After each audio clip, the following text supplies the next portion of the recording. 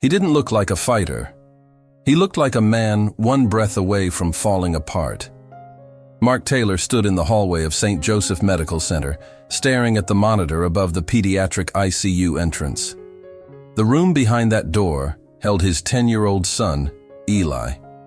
And yet, standing there, Mark felt like he was the one hooked up to machines, each beep echoing like a countdown to something he wasn't ready for. But he couldn't show that. Not now, not ever. Because Eli was watching, always watching. Therefore, Mark kept the act going, his version of strength, borrowed from a voice that had inspired generations. Rocky Balboa. Every night, before Eli slept, Mark sat by his hospital bed and whispered those words like a prayer. It ain't about how hard you hit. He'd pause, let the silence stretch, then say it slower, deeper. It's about how hard you can get hit and keep moving forward. Mark didn't know when exactly those lines became scripture in their household. Maybe it was the first time Eli cried during chemo, and Mark didn't know what to say, so he played the movie. Or maybe it was before that, back when Eli was healthy and obsessed with boxing, mimicking the one-armed push-ups and yelling, "Yo, Adrian," in the kitchen. But now it was different. Now Eli was too weak to sit up, let alone throw punches. His skin had grown pale like worn paper. His eyes, once wild with energy, stared at the ceiling as if trying to escape. Therefore, Mark improvised. He built a mini boxing ring out of pillows in their living room, recorded short videos of himself doing mock training, talking into the camera like he was Rocky's old coach. "Get up, champ," he'd growl. "You don't let no disease tell you who's boss." Then he'd upload them to a private YouTube playlist. Not for views, for Eli. Just Eli. He never expected anyone else to see them, until someone did. It started with a knock at his door on a rainy Tuesday in Akron, Ohio. Rick Jordan, a local journalist, had come across one of the videos, leaked from a nurse's phone. He showed up with a camera crew and a voice as soft as the rain behind him. "I don't want to exploit anything, Mr. Taylor, but I think the world needs to see what you're doing. Not just for your son, for fathers, for people who forgot what love looks like when it's got nothing left but willpower." Mark hated the idea. But Eli, hooked to IVs and dreams, grinned when Rick asked for an interview. Therefore, Mark sat in front of the camera, held his son's hand, and spoke. "He wants to be strong," Mark said. "So I had to show him what strong looks like. Not muscles, not fighting, showing up, staying when it hurts. That's strength." The segment aired 2 days later. It was quiet, raw, and beautifully edited.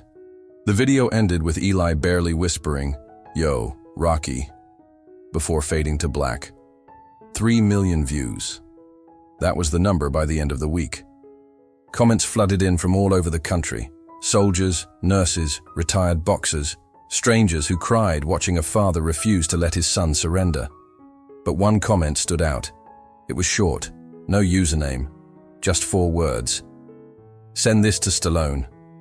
Mark laughed at first. The idea was ridiculous. Sylvester Stallone? The man was a Hollywood icon. Why would he notice a sick boy in Ohio? But Eli, lying in bed with a breathing mask, grabbed Mark's phone and typed it in. Therefore, Mark recorded one more video, just for fun, or maybe for something more. He stared straight into the camera and spoke from a place deeper than his own bones. "Mr. Stallone," he said, "if you see this, just know you helped save my son. Not with medicine, with words, with belief. And if there's any chance, just a few seconds of your time to say hi to Eli, you'd make his world." He didn't expect anything, but the internet did what the internet does. The video was shared, reposted, tagged, and then silence for 5 days until Mark's email lit up at 2:47 a.m. The subject line was simple. "Rocky here for Eli." Mark stared at it for a full minute before clicking. There was no fancy editing, no background music, just Stallone. Older now, gray and slower, but still unmistakably himself. "Hey Eli," the video began. "I heard you're the toughest kid out there. You remind me of someone I used to play. But you're real. I just act." He paused, took a breath. "I don't know what you're going through, champ. But I know this. Fighters like you, they don't quit. You take the hits, you stay in the ring. And whatever happens, you already won. Because you kept fighting." Then Stallone raised a fist. "Yo, Eli, keep punching, kid." Mark couldn't breathe. He ran into Eli's room, phone shaking in his hand. "Buddy," he whispered, "you need to see this." Eli's eyes blinked open, faint, fragile. But when Stallone's face appeared on the screen, something in them sparked. He smiled. For the first time in weeks. That was Sunday. On Monday, Eli stopped eating. There are moments when the world spins too fast, and you realize you're not holding on to anything. Mark sat in the hospital corridor again, but this time he wasn't whispering speeches. He was silent, hollow, but just when he thought the story was over, a nurse ran toward him. "There's something you need to see," she said. Therefore, Mark followed her to the waiting area. The TV was on. News anchors were talking. The video of young Eli Taylor has captured hearts across the globe. But the story doesn't end there. The screen showed Stallone at a press conference, tears in his eyes. "I've played a fighter my whole life," he said.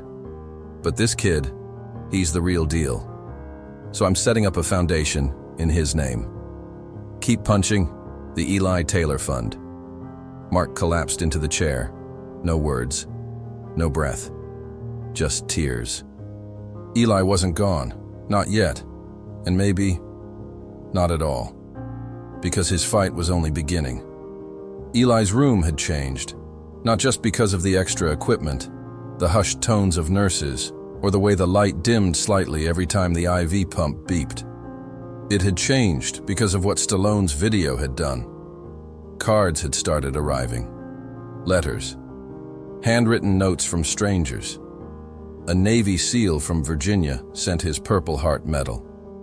A group of school children from Montana made a poster that read, "Eli the Brave."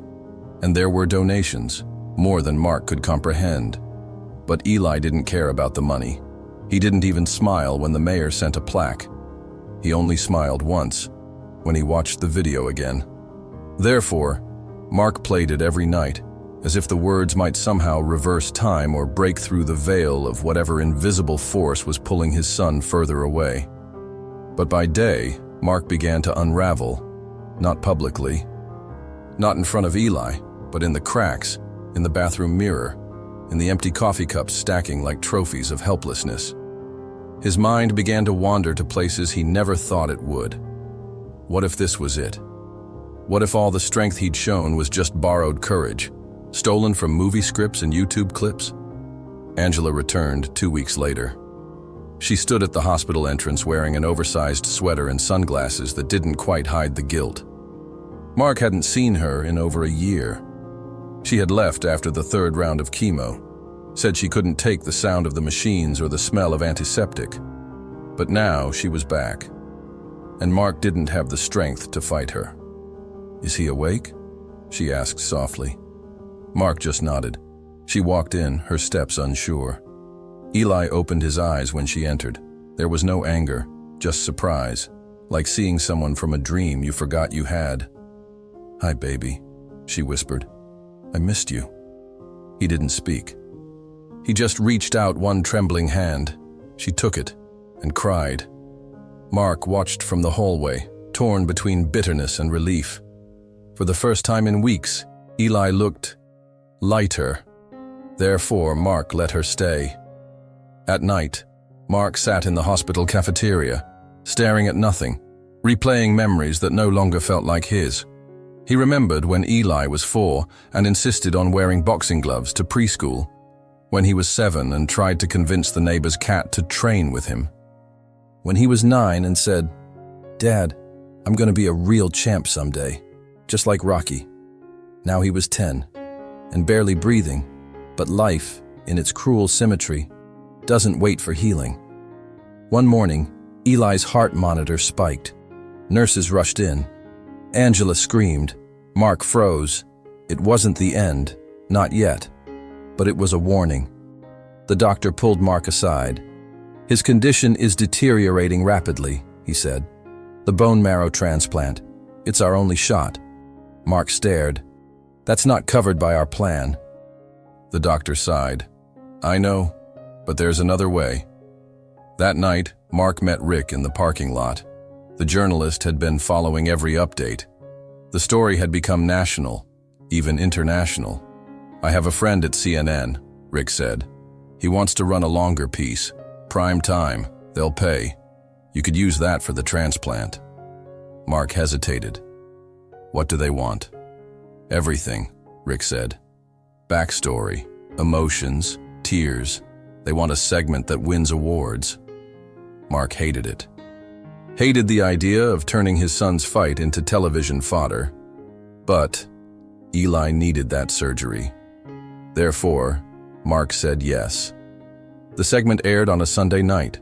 Mark and Angela sat on either side of Eli's bed, holding his hands, as the TV showed images of their lives before and after the diagnosis. Home videos, hospital visits, Stallone's message, Eli trying to smile, Mark crying quietly in the parking lot, Angela whispering, "Please don't go yet." It was raw, and it worked. Donations flooded in. The transplant was approved, and for the first time in months, hope returned. But then came the letter. No name, no return address, just a simple envelope in the mail bin at the hospital. Inside was a single photo. Mark, in the CNN interview, holding Eli, and on the back, a handwritten message. "You're not a hero. You're using him. Shame on you." Mark stared at the words like they were fire. He couldn't breathe. He walked to the bathroom and sat on the toilet lid, holding the photo like it had weight. Was it true? Had he crossed a line? Was he fighting for Eli or for himself? Therefore, that night, he didn't play the Stallone video. He just sat beside his son and whispered, "I'm sorry." Eli opened his eyes. "Did I do something wrong?" he asked. Mark shook his head, tears falling. "No, champ. You did everything right." "Then why are you crying?" "Because I'm scared." "Me too." They sat in silence. Two fighters, bruised, barely standing, but together. The next morning, Angela brought something strange to the hospital. It was an old DVD, Rocky IV. "I found it in a box at my sister's," she said. "He used to love this one." They played it on a laptop beside Eli's bed. He watched in silence, eyes heavy, barely able to stay awake. But when Rocky said, "If I can change and you can change, everybody can change," Eli smiled. That night, Mark recorded one more video. No scripts, no reenactments, no speeches, just him, sitting beside Eli. "Sometimes," he said, "the fight's not about winning. It's about showing up, even when your legs won't carry you. It's about loving someone so much, you're willing to be seen at your weakest." He paused. "My son taught me that."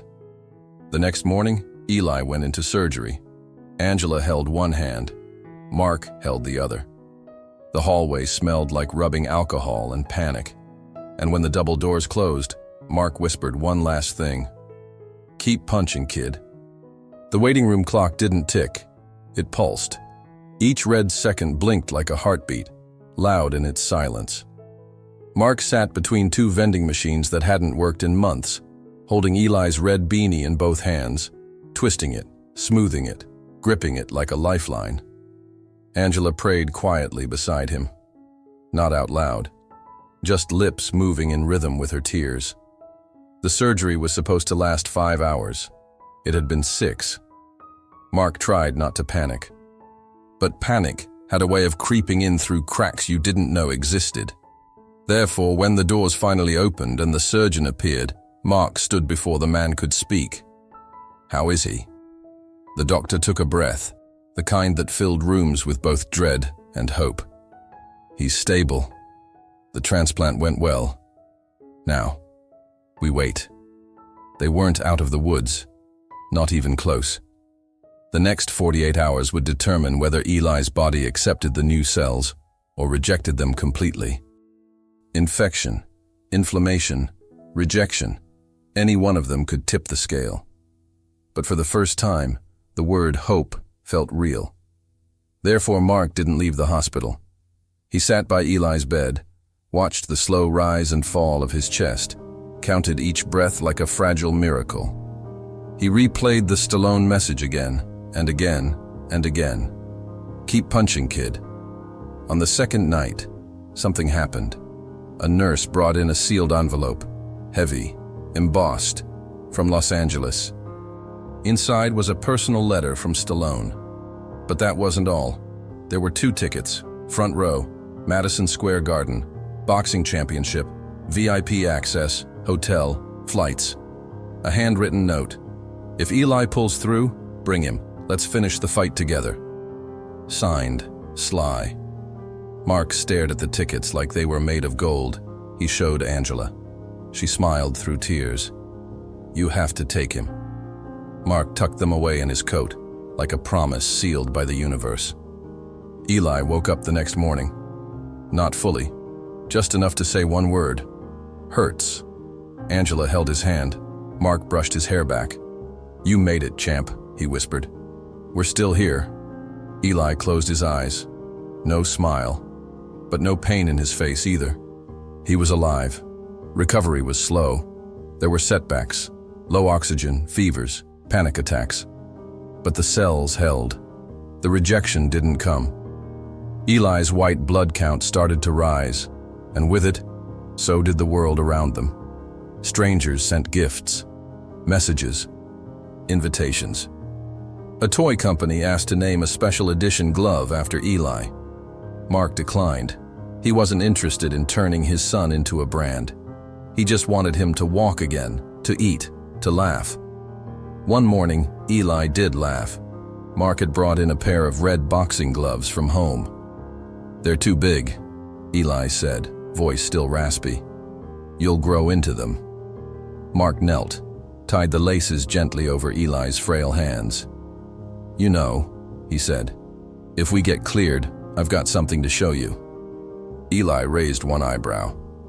Mark pulled out the envelope, showed him the tickets. Eli's eyes lit up. You serious? Rocky's waiting. 4 weeks later, they were cleared for travel.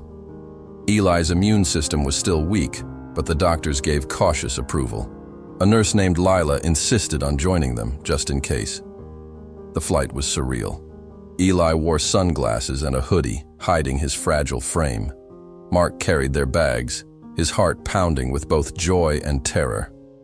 When they landed in New York, a black SUV was waiting, and when they arrived at the garden, Stallone himself was on the curb, waiting.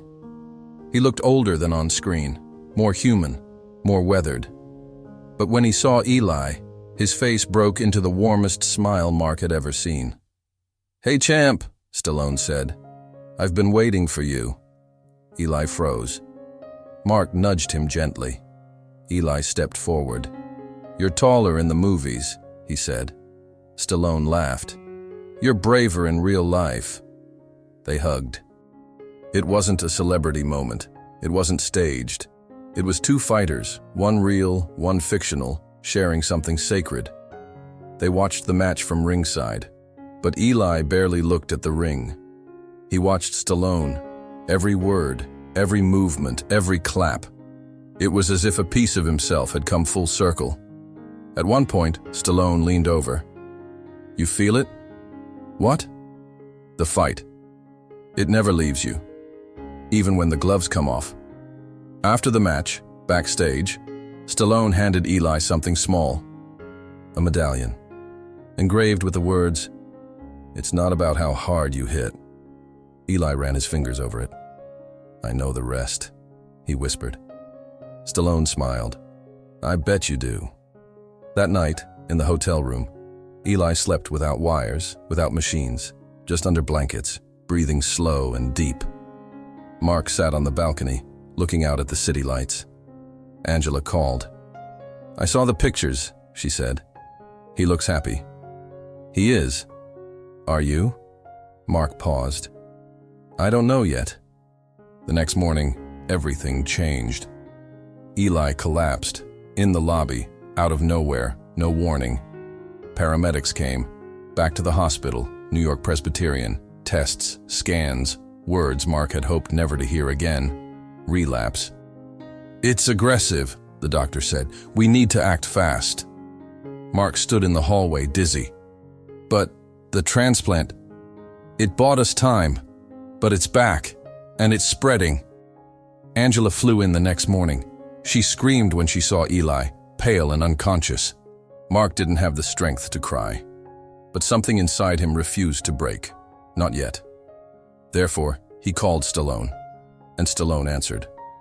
I need your help, Mark said. Name it. I don't want a video. I don't want money. I want something real. Stallone was quiet. Then he said, I have an idea. 3 days later, Stallone flew to New York. He walked into Eli's room in full Rocky costume. No cameras, no press. Just him. He pulled a chair next to Eli's bed. Hey kid, he whispered. You don't owe me anything. You already showed the world what heart looks like. But if you've got one more round in you. He slipped the red gloves over Eli's hands. Let's make it count. Eli didn't respond, but his hand moved. Just a little. Enough. Eli didn't wake up the next morning, not at first. Machines beeped in a slow, haunting rhythm. Nurses moved gently, as if sound itself might disturb him. The city outside New York Presbyterian was beginning its usual chaos, unaware that inside one quiet room, a boy was fighting his most silent round. Mark stood at the window, arms crossed, eyes hollow. Angela sat beside the bed, whispering stories from when Eli was 3, 4, 5 years old, hoping memory might pull him back. Stallone was gone, just for the night. He had promised to return the next day. But now, it felt like the time was slipping. A storm rolled in by noon. Rain streaked the windows. Thunder hummed like a slow drumbeat. That's when Eli's hand moved again. Just a twitch. But then, his lips parted. Angela gasped. Mark! He turned, rushed over. Eli's eyes blinked open, heavy, fogged. But there. He looked around, confused. Where? You're safe, Mark whispered. You're here. Eli's voice was barely a breath. Did we win? Mark swallowed hard. We're still in the fight, champ. Eli closed his eyes again, not to sleep, but to listen. Rain, machines, breathing, and something else from the hallway. Footsteps, then a familiar voice. Yo, Eli smiled. Stallone walked in, soaked from the rain, jacket dripping, gloves in hand. Didn't think I'd miss the last round, did you? The hospital allowed something they usually wouldn't. Silence. For 10 minutes, no nurses came in, no pagers beeped, just the three of them. Mark stepped back as Stallone pulled a chair beside Eli. You remember the final scene of Rocky? He asked. Eli nodded weakly. Yeah. Steps. That's right. Steps. You climb them, even when your legs don't want to move. Stallone pulled a small object from his coat pocket. It was a mini replica of the Rocky statue from Philadelphia. Solid. Heavy. I want you to have this. Eli reached out, slowly, shakily, and took it. Then he whispered, I want to see the real one. Mark felt something crack inside. He turned away, eyes burning. Therefore, the next morning, without clearance, without protocol, without permission, they moved. Mark rented a van. Angela packed blankets, meds, and oxygen. Stallone made a call to someone in Philly. And Eli, still fighting, still breathing, was placed gently in the back, surrounded by care, love, and silence. 4 hours later, they arrived. The sky had cleared. The storm passed. The rocky steps stood tall. Stallone stepped out first, helped Mark carry Eli. He was lighter than ever. But he held the statue in one hand. They reached the bottom of the stairs. Mark hesitated. "This is too much. He can't," Eli whispered. "Just one." One step. Mark carried him, one by one, each step, a lifetime. Halfway up, people began to gather, not filming, just watching, moved by something they couldn't name. At the top, Stallone stood beside them. 3 generations of fighters, real and fictional, looking out at the city. Eli leaned his head against Mark's shoulder and smiled. "I did it." That night, back at the hospital, Eli slept without disturbance, peacefully.